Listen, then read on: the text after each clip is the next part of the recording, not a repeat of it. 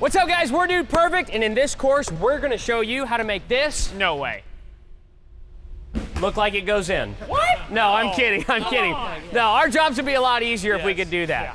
No, guys, super excited to have you join us for this awesome 5-day course. We've got a lot of great information, can't wait to dive in. So what makes up a great YouTube video, specifically a great trick shot video? Is it the complexity of the shot? Is it the incredible celebration? Or is it the slow-mo timing? Go slow-mo mode.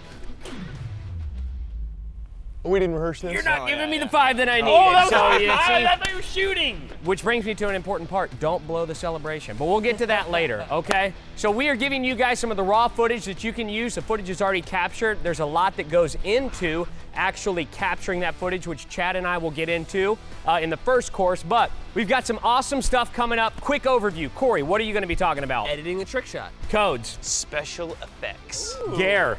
Music and timing. Kobe. Finishing touches, tying a bow on the whole thing. Beautiful, that's perfect for you. Chad and I are gonna be kicking us off with actually filming the trick shot, getting the content on film. So, let's get started. Signing off for now. Pound it, noggin, see ya! Oh, that was tragic.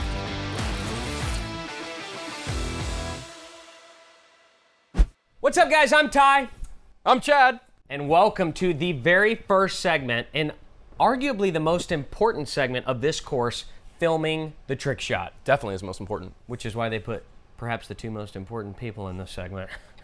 Hey, and because you're the special effects guy, I want you to add a thing later in that segment Okay. 4 with Cody. All right. That'll be awesome.